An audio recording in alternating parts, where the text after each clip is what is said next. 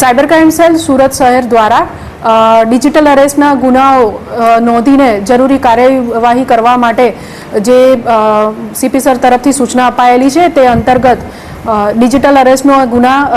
જેમ બને એમ ઝડપથી નોંધીને કાર્યવાહી કરવામાં આવે છે। તે અંતર્ગત સાયબર ક્રાઇમ સેલ દ્વારા એક વધુ સિનિયર સિટીઝન જેમને ડિજિટલ અરેસ્ટનો ભોગ બનવું પડ્યું તેઓએ સાયબર ક્રાઇમ સેલનો સંપર્ક કરતા તેમની ફરિયાદ નોંધવામાં આવેલ હતી। આ સિનિયર સિટીઝન સાથે તેમનો આધાર કાર્ડ અને એમનું જે બેંક એકાઉન્ટ વગેરે છે એ ક્રિમિનલ એક્ટિવિટીઝમાં વપરાયું છે એવી રીતના એમને જણાવીને પોલીસનો વેશ ધારણ કરી સીબીઆઈના ઓફિસર બનીને સાયબર ક્રિમિનલ્સે તેમને ડિજિટલી અરેસ્ટ કર્યા હતા અને તેમની સમાજમાં ઇજ્જત બચાવ અને પોલીસ કાર્યવાહીથી બચવા માટે અને એકાઉન્ટના વેરિફિકેશન કે બીજા કોઈ ખોટા કામમાં એકાઉન્ટ વપરાતું નથી એ બધા અલગ અલગ બહાના હેઠળ ચકાસણીના નામે 22 લાખ રૂપિયા જેટલી રકમ અલગ અલગ એકાઉન્ટોમાં ટ્રાન્સફર કરાવીને અને ફરિયાદીને ડિજિટલ અરેસ્ટ કરવામાં આવેલ હતા। આ ગુનો સાયબર ક્રાઇમ સેલ દ્વારા નોંધવામાં આવતા ત્યારબાદ તપાસ કરતા